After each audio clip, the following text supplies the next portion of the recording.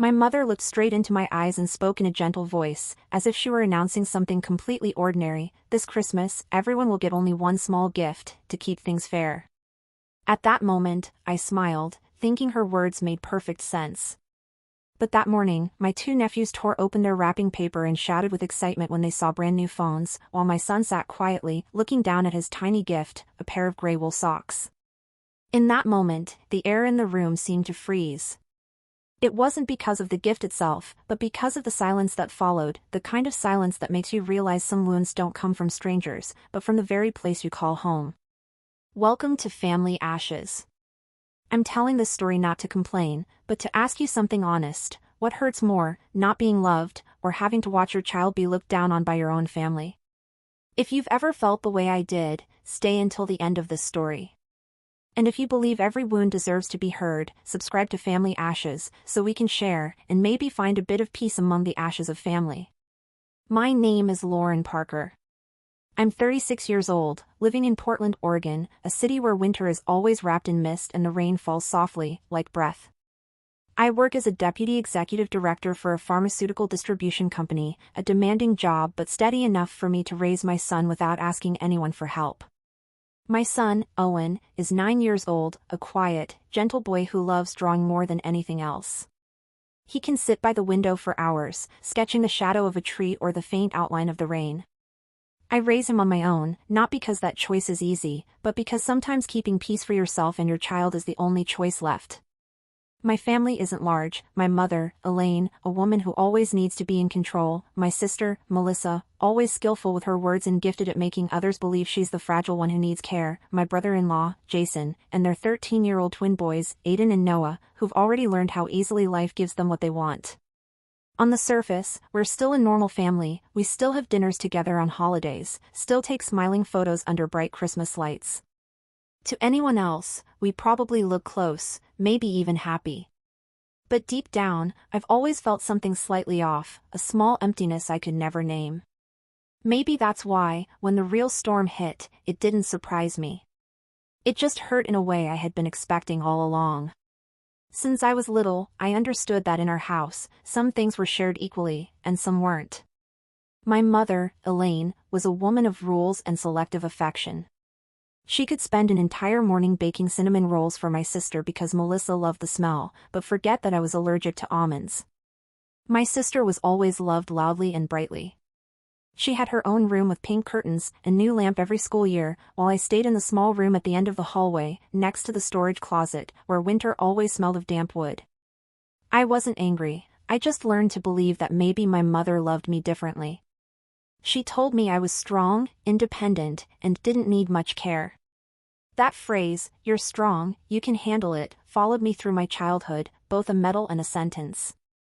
As an adult, I carried that habit with me, taking on everything alone, enduring quietly, cleaning up the pieces left behind after being forgotten. Maybe that's why, after my divorce, I almost never leaned on anyone.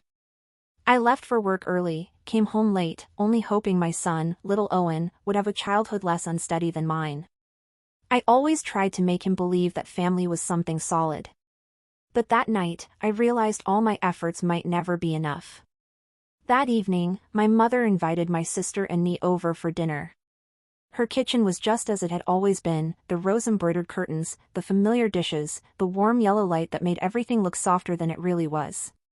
Melissa arrived first. She always knew how to walk into a room as if it were her own stage.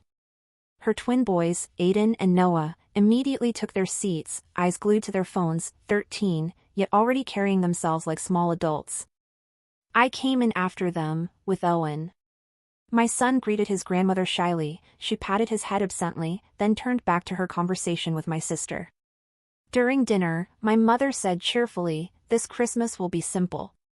Everyone will just get one small gift, to keep things fair." I nodded, while my sister laughed. "In that case," she said, "I think the kids should get something practical, like new phones, for example." My mother hadn't even responded before the twins started shouting, "The new ones have better cameras and smoother games, Grandma." She smiled at them, her eyes lighting up in that particular way that only people who are about to give and have. Then she asked casually, "And what about you, Owen? What do you want for Christmas? Owen had been sitting quietly. He looked up and said softly, I just want a paint set, or maybe some books. My mother nodded, but before she could say anything, she turned back to the twins. So, which color do you want? Black looks classy, she said. They all began talking about phone models, storage space, and cameras, while Owen bent his head down, doodling absent-mindedly on a napkin. I sat there, holding my glass of wine, unable to taste anything. I realized this had been happening for years, only this time, the one being overlooked wasn't me anymore. On the drive home, the city was covered in a thin layer of rain. The wipers moved back and forth steadily, sounding like the quiet sighs of someone who had run out of words. Owen sat in the back seat, his head leaning against the window, eyes following the blurred streaks of light from the street lamps. After a long silence, he asked softly, as if afraid to make me sad, Mom, does Grandma like Aiden and Noah more than me? I froze for a second, my chest tightening.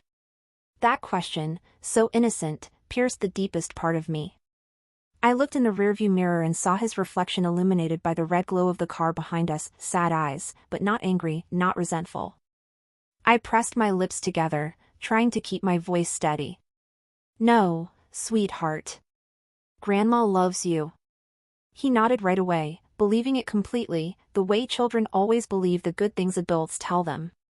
But as I watched him turn back toward the window, his small shoulders curling inward, I knew I had just lied. And what hurt me wasn't the lie itself, but the realization that I had heard that exact same lie from my own mother, decades ago, on another cold night just like this one. There's a truth I've never told anyone, not even those closest to me. For the past 3 years, I've been the one paying for my entire family's health insurance, my parents, my sister, and my brother-in-law. 6 people in total, including me and my son. Every month, nearly $900 is automatically deducted from my paycheck, on time, without reminders, without anyone needing to thank me. I still remember how it started. My mother mentioned that their insurance company had raised its rates, and my father was struggling with his pension. I didn't think twice before saying, I'll handle it. Maybe, at that very moment, I tied myself to a rope I didn't know how to undo. Back then, it felt natural. Children help their parents, siblings look out for one another, it sounded right. I had a good job, steady income, a busy but comfortable life. $900 a month was just a number, and the feeling of doing the right thing gave me a kind of peace. So when my mother said, "You've always been so thoughtful," I felt warm inside. I thought it was a compliment. But over time, I realized it was more like a gentle reminder wrapped in the sweet tone of gratitude. Because that compliment always came with a request. Whenever my mother called, her voice was soft, calm, but she always ended the conversation with, "I can rest easy knowing you've got everything covered." She never once asked, "Are you tired?" or "Do you have enough for yourself?" Only, "I can rest easy." She said it so often I could recite it from memory. Eventually, I realized their gratitude toward me was like a receipt, proof that I had paid on time, in full, and was expected to keep doing so indefinitely. When my sister Melissa lost her job, my mother called again, sounding sympathetic. "She's having a hard time. Can you add her to your insurance? Just for a few months." I added her. 6 months later, Jason, my brother-in-law, was suggested to join the plan as well, so the couple can be on the same coverage, for convenience, my mother said. I didn't argue, didn't even ask. I just found it strange that a few months had turned into a year, then 2, and no one mentioned the word temporary again. At the end of each month, when I looked at my pay stub, I told myself, it's fine. It's just a number. But deep down, I knew I was lying to myself. I was starting to feel exhausted, not because of money, but because of the assumption. I noticed that every time my mother called, I no longer felt comforted, I felt a sigh forming before I even picked up. I knew, after a few pleasantries, she would end the call with the same gentle, familiar line, "You've always been so thoughtful." It sounded heartwarming, but deep down, I felt as if an invisible rope was tightening slowly around my neck. I understood that when people say, "You're always so thoughtful," what they really mean is, "Don't ever think about yourself." I began to notice how unfairness quietly threaded itself through everything. Whenever my sister said she was struggling, my mother immediately defended her. She has 2 kids, you understand that, right? But when I said work was too much, she just smiled and replied, you're good at what you do, you can handle it. That phrase, you can handle it, made it sound as though I was someone incapable of exhaustion, someone who didn't deserve care. I realized that in their eyes, I was the pillar, and pillars aren't allowed to break. Sometimes, late at night, I would sit in the living room, staring out the window at the quiet street, a half-finished glass of wine in my hand. I'd wonder, if one day I stopped paying, what would happen? What would my mother say? How would my sister react? Then I'd smirk, because I already knew the answer. They'd call me, accuse me of changing, of being ungrateful, and not one of them would ask why I had to stop. I never told anyone, not even Owen. I didn't want my son to see his mother as someone bitter or resentful. So I kept doing it, kept paying, kept pretending it was nothing. But inside, I knew that each month passing was another crack spreading wider, and someday, when it broke, nothing would be able to put it back together. I didn't know that this so-called kindness, this habit of carrying everyone else's weight, would one day be the very reason I'd have to cut ties completely. But at that time, I still didn't understand. I still believed that if I tried a little harder, our family would stay intact. I didn't realize that the only thing that remained intact in my family was the unfairness itself. In early December, Portland welcomed the first cold rains of the season. I stopped by my mother's house to bring her some insurance documents for the new year.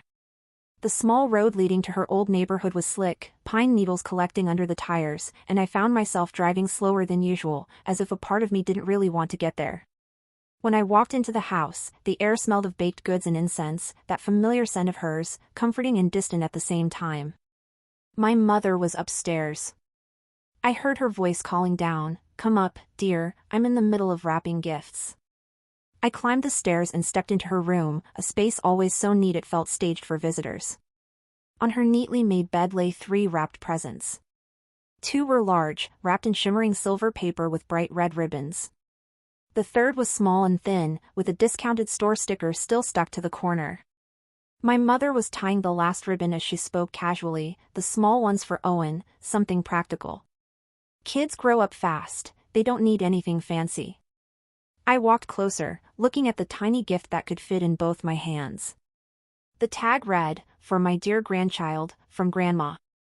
The wrapping paper was wrinkled, taped unevenly, as if it had been wrapped just to get it done. I stayed quiet for a moment, then asked, keeping my voice steady, "I thought you said everyone would get small gifts this year, to keep things fair?" She smiled, a little awkwardly. "Well, the boys are just getting phones.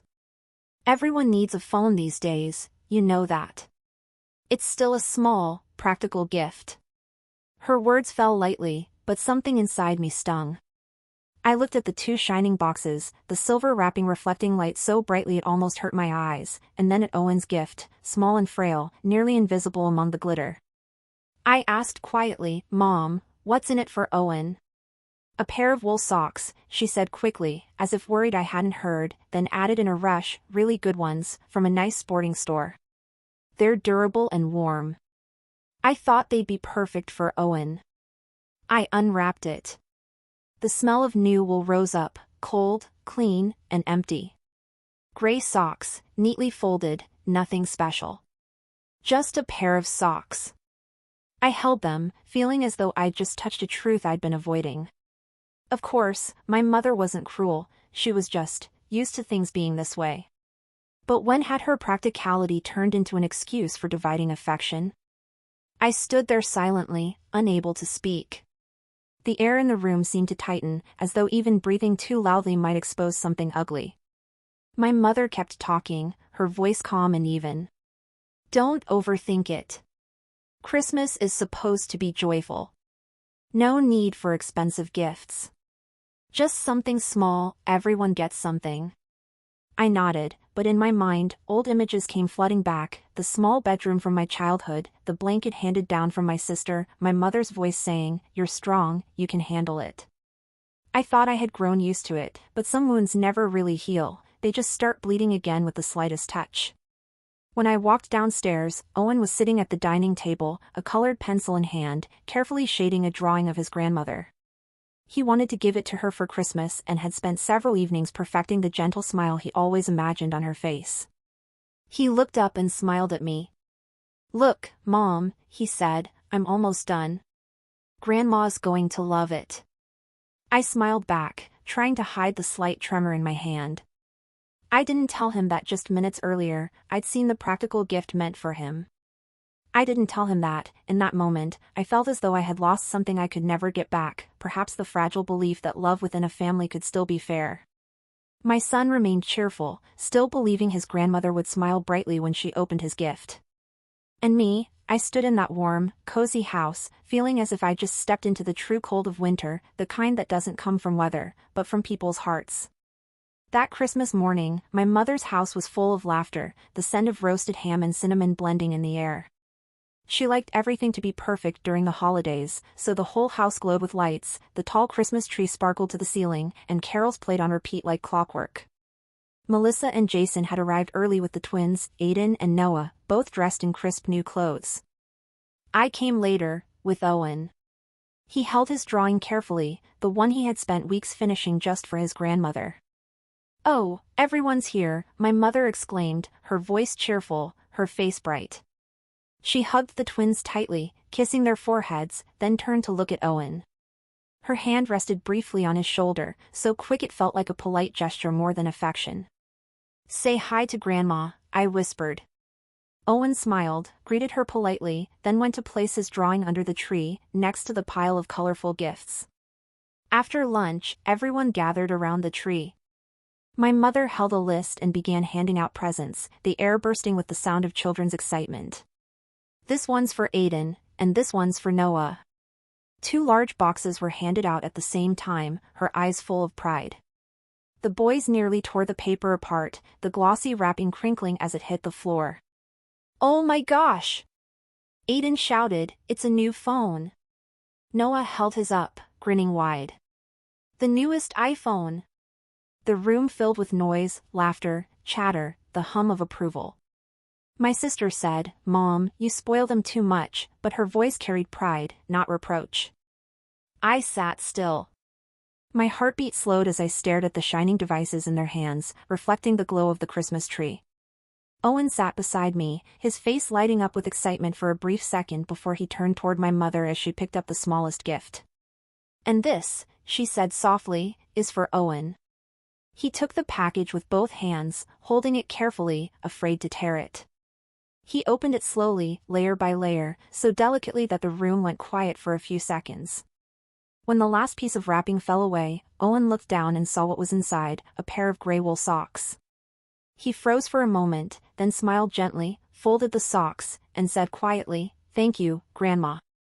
"They were expensive, you know," my mother said quickly, her smile stiffening. "Bought them from a good store. They're warm and durable, perfect for you." My sister chimed in, her tone playful but sharp, "Kids these days don't appreciate practical gifts." My mom's the only one who still thinks that way. Jason and the twins laughed. Their laughter filled the room, light and careless, but in my ears, it felt like tiny blades slicing through the air. Owen sat silently, his small hands holding the socks against his chest, eyes drifting toward his cousins laughing over their new phones. Then he turned to me, his voice trembling, "Did I do something wrong, Mom?" His words were so soft only I could hear them, but they were loud enough to stop the world. I swallowed hard, pulled him into my arms, and whispered, "No, sweetheart. You didn't do anything wrong."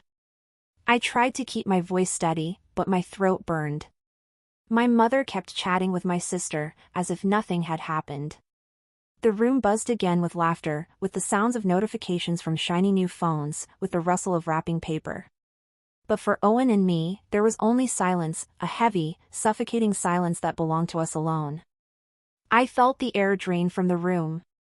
I could no longer hear the music or the laughter, just the image of my son sitting quietly, holding those socks, pretending to be happy while the lights of the Christmas tree cast a pale, lonely glow across his face. I held my son tighter. He didn't cry, he just leaned against my shoulder, his small hand still clutching the little gift. I knew that, in that moment, something inside him had broken, a small piece of faith that I was supposed to protect. And the worst part was, I could hear that same crack inside myself. That night, I couldn't sleep. The apartment was so quiet I could hear the ticking of the clock on the wall.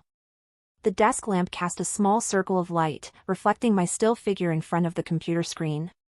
On it was the list of 6 people in the insurance plan, the familiar names I had been paying for over 3 years. I looked at each one, feeling as if I were staring back at my own life, 3 years of endurance, 3 years of convincing myself it was duty, love, and what a good daughter should do. I moved the cursor slowly, a strange feeling rising inside me, not anger, not sadness, but a cold clarity. The image of Owen that morning came back to me. He had sat there holding those socks, smiling as he said "Thank you, Grandma," while his cousins laughed over their new phones. His question still echoed in my head, soft but haunting. Did I do something wrong, Mom? I knew that if I stayed silent one more time, I would be teaching him that being treated unfairly was normal. I couldn't let that happen. I opened the insurance management page.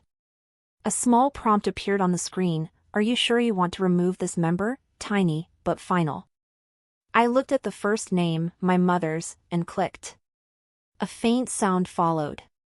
Nothing seemed to change, but I knew I had just cut a rope that had bound me for years. I moved on to my father, then my sister, then my brother-in-law. Each time I clicked remove, my heart beat harder, but there was no trembling. No tears. Just a feeling both firm and raw, like cutting away a piece of myself that had long since rotted. When the list showed only 2 names left, mine and my son's, I stared at them for a long time. 2 names, side by side, small but clean, like 2 grains of sand washed free of the dust of the past. I took a deep breath and shut the laptop. The room was dark except for the sound of rain outside the window. I sat there, feeling something quietly close inside me. I hadn't done it out of hatred. I did it because I knew that if I kept enduring, my son would learn to do the same. He would grow up believing that love meant accepting being treated as less. And I couldn't let him grow up with that belief. That night, as the clock passed midnight, I realized my place had changed. I was no longer the daughter who always thought of others. I was now a mother, trying to teach her child how to stand tall in a world that so often demands you bow your head. 2 days after Christmas, Portland was still cold enough that the sun only peeked out for a few minutes before disappearing behind a thin curtain of rain. I was in the kitchen, pouring my first cup of coffee when the phone rang. My mother's name appeared on the screen. I froze, staring at it, my hand still wrapped around the warm mug. Something inside me tightened, warning me that a storm was coming, not outside, but inside my life. I let it ring a few times before answering. My mother's voice came through immediately, rushed and panicked. "Lauren, the insurance has been canceled. Call the company, check what's going on, they must have made a mistake. Your father got a notice this morning saying it expired on January 1st. How could this happen?" I leaned back in my chair, took a slow sip of coffee, the bitterness spreading across my tongue. "There's no mistake, Mom," I said evenly, my voice calm enough to surprise even myself. "I canceled it." There was a pause on the other end. I could picture her face, eyes wide, lips trembling, hand gripping the phone tight. Then her voice rose, sharp and shaking. "What did you say? You canceled the whole family's insurance? You can't do that. Your father still has doctor's appointments. I need my prescriptions. Melissa and Jason are relying on that plan. You can't abandon your parents like this, we're family." I took a deep breath, steadying myself. The word family echoed in my head, cutting deep like an old wound reopened. I set the cup down and looked out the window, the rain was falling harder now. "Family," I repeated softly. "Yes, we are family. The same family that watched my son sit there holding a pair of socks while his cousins screamed with joy over new phones. The same family that made him turn to his mother and ask, 'Did I do something wrong?'" My mother cut me off, her voice rising, trembling somewhere between fear and anger. "You're being ridiculous, Lauren. They're just gifts. How can you blow something so small out of proportion? Everyone has their own way of showing love. Don't turn something minor into a war. I let out a small laugh, tired more than bitter. No, Mom. It's not about gifts. It's a message. Do you know what you taught Owen when you gave his cousins new phones and handed him a pair of socks? You taught him that love has ranks. That some children are seen as worthy of big things, while others should just be grateful for whatever they get. I can't let him grow up believing that. I heard the sharp scrape of a chair from her end, then her voice again, more desperate now, heavier. You've changed, Lauren. You've become cold, selfish. You've forgotten who you are. You're my daughter. I didn't raise you to be hateful. My hand tightened around the phone, slick with sweat. No, Mom, I said slowly, you didn't teach me to hate. You taught me to endure. You taught me to stay silent. You taught me to believe I always had to carry the weight, because if I didn't, someone would be disappointed. That's how you raised me. But I won't let Owen learn that. I won't let my son grow up thinking silence is how you survive unfairness. There was silence on the other end. I could hear her breathing, heavy, uneven, maybe trying to hold back tears or anger. You sound so cruel, she said finally, her voice low but shaking. I only did what any mother would do, try to keep her children happy. I closed my eyes, drew in a long breath, then said, if that's happiness, Mom, why does it make people feel invisible? Why does your love make my son feel guilty for being who he is? If that's the price of happiness, I don't want it anymore. She started to cry, sharp, uneven sobs, as if she couldn't believe what was happening. You can't do this to your parents. We're blood, Lauren. You can't just abandon your family. I watched a drop of coffee fall onto the table, spreading into a dark stain. My voice came out slow, steady, not shouting, not trembling. I'm not abandoning the family, Mom. The family abandoned me and my son a long time ago. I'm just done pretending it didn't happen. There was no response. Only the sound of her breathing, fast and shallow, before the call went dead. I set the phone down and looked outside. The rain was still falling, but the sky seemed a little brighter. I sat there for a long time, not crying, not angry, just feeling a strange, quiet relief. Because for the first time in my life, I hadn't said, yes, Mom. I had told the truth. And that truth, cold and painful as it was the only thing that made me feel alive. I knew she wouldn't stay silent for long, and I also knew exactly who would call next. Sure enough, less than a day after that conversation, my phone lit up with a familiar name, Melissa. I stared at it for a moment, the way you might watch a storm forming offshore. I knew that if I picked up, it would all come crashing down. But I did anyway. Her voice came through instantly, sharp and furious, without a greeting or pause. Are you out of your mind, Lauren? I just got the letter from the insurance company. The new premiums are double, and now I have to pay for everyone myself. What the hell were you thinking? Every word hit like a blade, sharp and deliberate. I leaned back in my chair, keeping my tone calm. I did what I should have done 3 years ago. Oh my God, you're so selfish. You know my situation, she almost screamed. You think I can afford over $1,000 a month? I've got 2 kids to raise. You're putting us in an impossible position. I pressed my lips together and looked out the window. It had started raining again. You managed to buy 2 brand new phones for them, I said quietly, but firmly. I'm sure you'll figure it out. There was a brief silence, the kind that stretches when someone is trying to find words sharp enough to cut back. Then, as I expected, she exploded, her voice dripping with contempt. You're just jealous. Jealous because you don't have a husband, because you don't have anyone. So you want everyone else to be miserable too. You act so righteous, but you just want to prove you're better than us. I closed my eyes and let her rage spill out. Every word she threw felt like a hailstorm, cold, sharp, and heavy. But when I opened my eyes again, I didn't feel hurt the way I used to. I just felt empty. I waited for her to run out of breath before I spoke, slowly and clearly, each word deliberate. Maybe you're right, I said. Maybe I am jealous because I don't have a husband. But at least I don't teach my child to look down on others. I don't teach him that some people deserve love more just because they have something we don't. There was silence. I could hear her breathing hard, then the sound of a chair scraping as if she had just stood up. You always think you're so noble, don't you, Lauren? Always the victim, the martyr.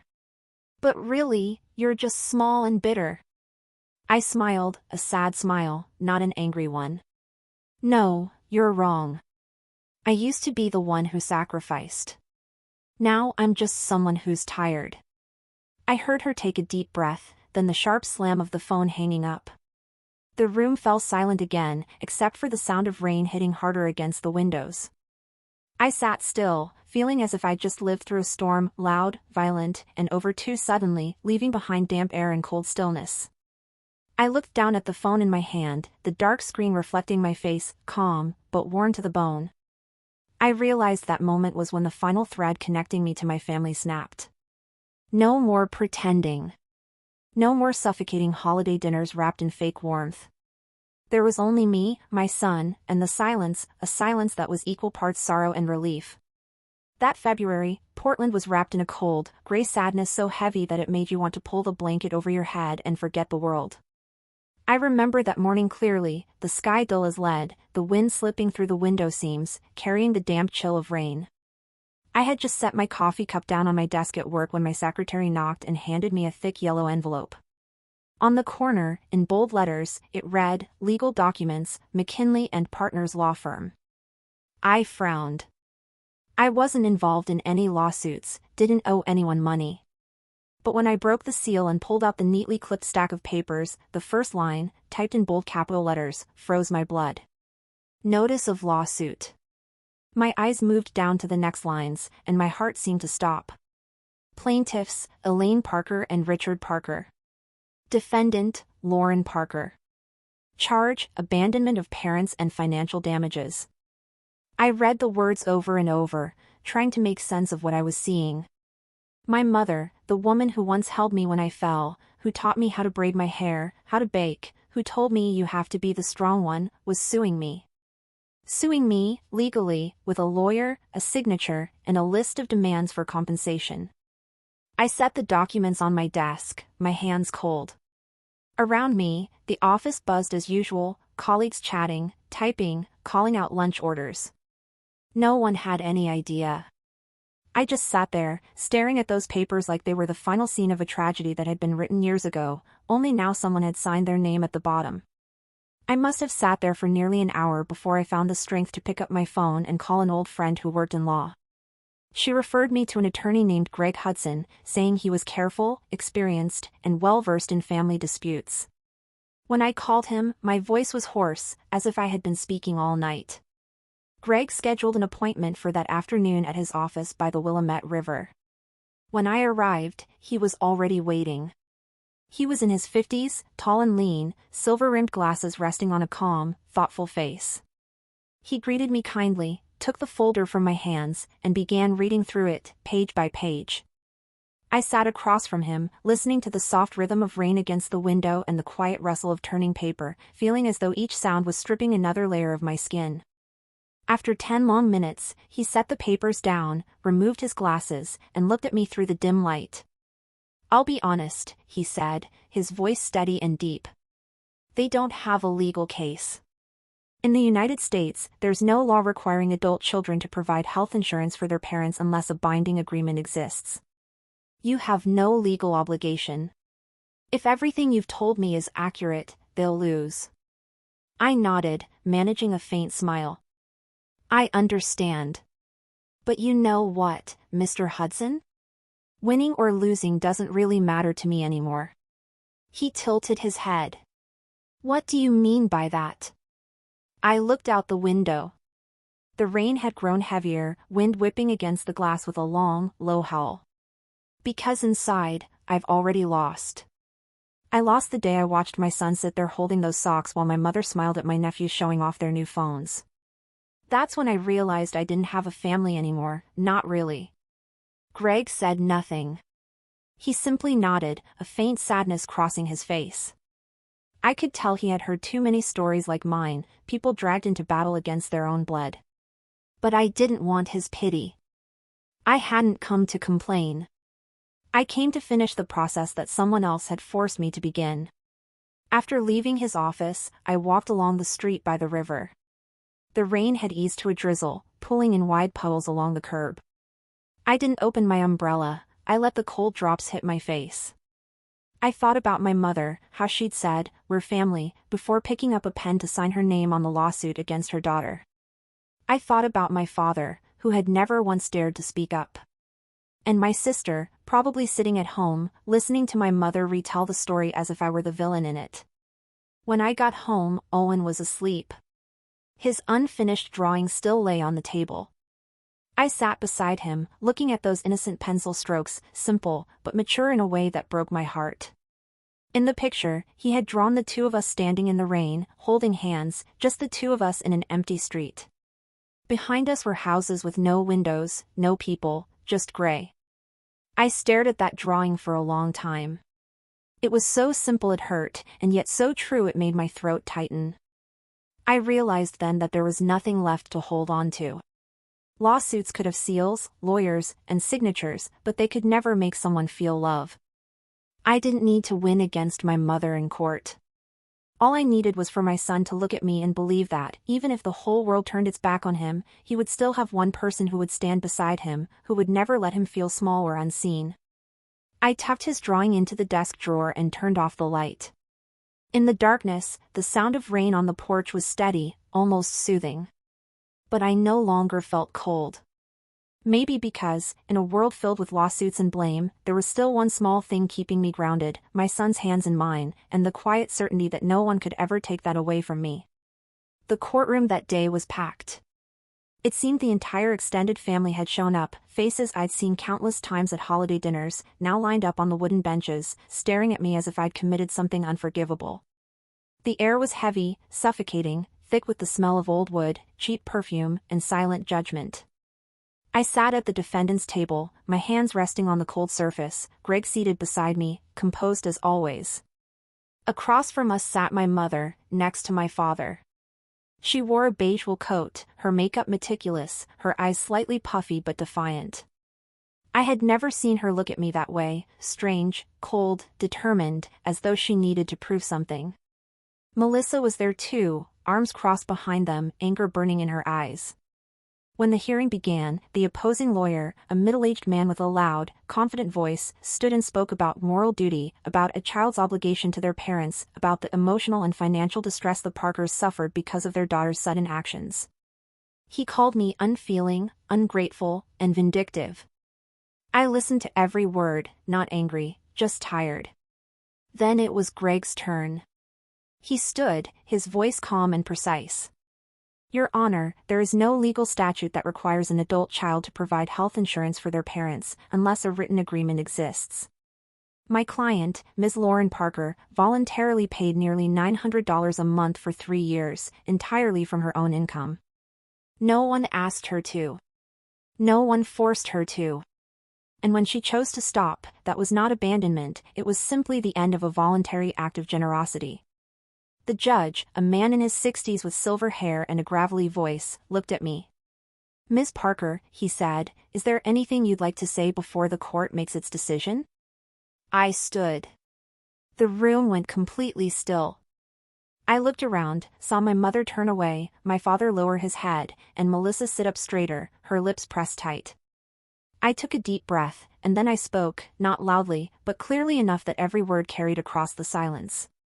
For 3 years, I paid nearly $900 every month for my family's health insurance, for my parents, my sister, and my brother-in-law. I did it not out of obligation, but because I believed it was the right thing to do, a way to show love. I never thought I'd have to stand in a courtroom to explain why I stopped. But last Christmas morning, when my son opened his grandmother's gift, a pair of wool socks, and looked over at his cousins showing off their new phones, I realized something. Some gifts wake you up forever. And I woke up. I woke up from the illusion that love always means fairness. I woke up from the belief that silence keeps peace. I didn't do this to get revenge. I did it because I don't want my son growing up thinking that love means you have to suffer to deserve it. No one spoke. Every sound seemed to dissolve into the air. I saw the judge look at me for a long moment, then give a slow nod, as if he understood something that needed no explanation. He turned to the opposing attorney. Do you have any documents proving that the defendant has a legal obligation to the plaintiffs? The lawyer shuffled his papers, his voice faltering. No, Your Honor, but in terms of moral duty. The judge cut him off, his voice calm but firm.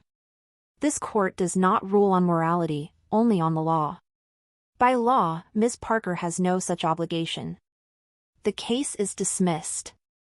The gavel struck the desk, its dry, decisive sound echoing through the room. My mother shot to her feet, lips trembling as though she wanted to speak but couldn't.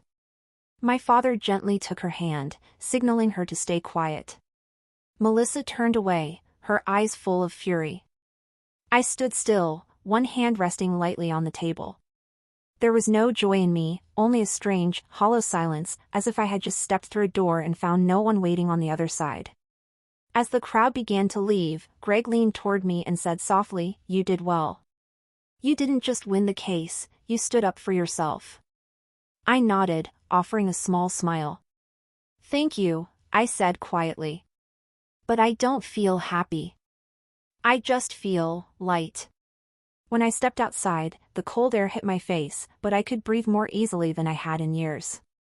I looked up at the gray Portland sky, where the drizzle still fell lightly. I knew that from this day on, my life would never be the same. I was no longer the one who endured everything. No longer the one who stayed silent just to be loved. I was someone who had finally stood up to protect herself, and that, to me, was victory enough. After the trial, everything settled faster than I expected. There were no more angry calls, no more accusing emails, no one showing up at my door. It was as if, after the sound of the judge's gavel, everyone decided to retreat into their own silence. But silence has its own sound, the sound of consequence, of people forced to pay the price for what they once took for granted. My family began to feel it. The insurance company sent new quotes, triple the cost of the plan I used to pay for. I heard from distant relatives that my mother cried when she saw the bill, and my sister had to sell her newly bought SUV to cover the first few months. People said that after the lawsuit, my mother stopped hosting family gatherings, stopped inviting anyone over on weekends. Perhaps she realized that the story of the socks and the phones had spread farther than she imagined.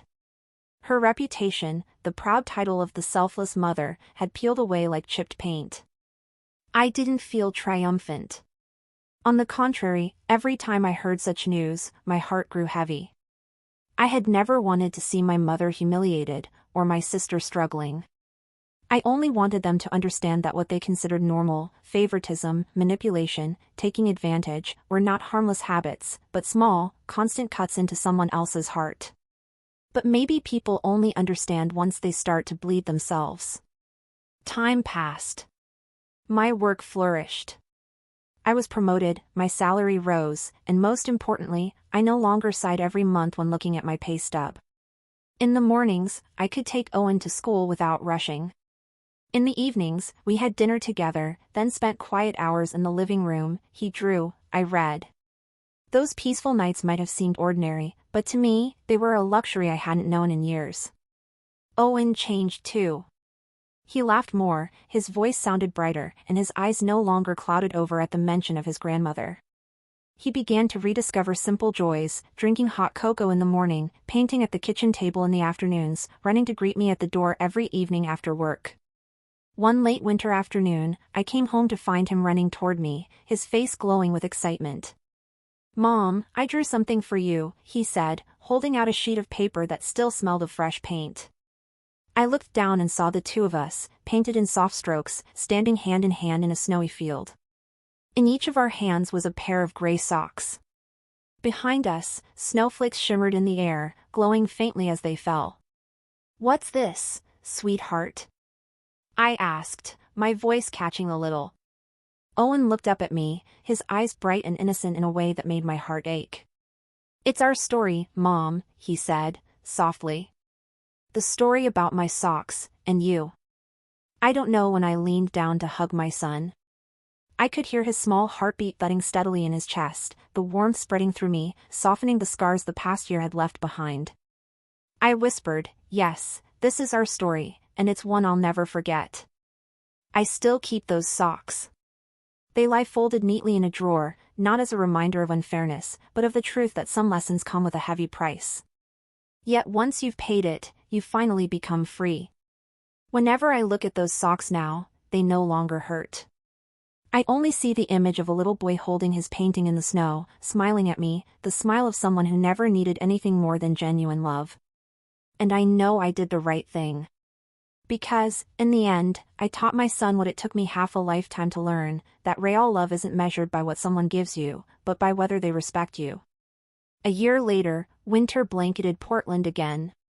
I took a few days off and brought Owen to a small cabin tucked on the slopes of Mount Hood. The mountain road was narrow, flanked by tall, silent pines, and snowflakes drifted softly against the windshield like tiny sparks of light. The cabin was simple, just a wood stove, a few chairs, and a window overlooking the snowy ridge. There were no expensive gifts, no ringing phones, only wind, snow, and the glow of fire. That evening, we sat by the fireplace, sipping hot cocoa. Owen drew while telling me about the mountains he imagined, about the snow, about the stories he wanted to turn into comics. I listened, watching his smile flicker in the firelight, his small face calm and peaceful, and I felt my heart ease in a way it hadn't for a long time. When he fell asleep, I stayed there, listening to the wind sigh outside, the firelight dancing across the wooden walls, and I thought, sometimes, real love isn't about holding on, it's about having the courage to walk away from those who never valued you.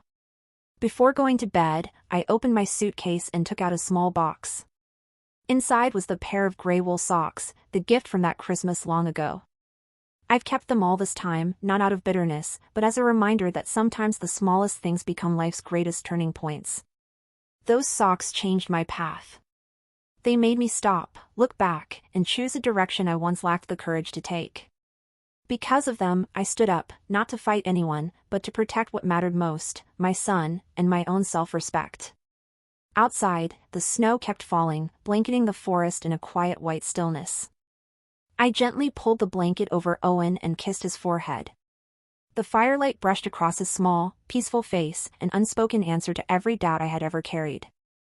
I smiled. After everything, we still had each other, just the two of us, in this vast world. No proof needed, no validation required. That was enough.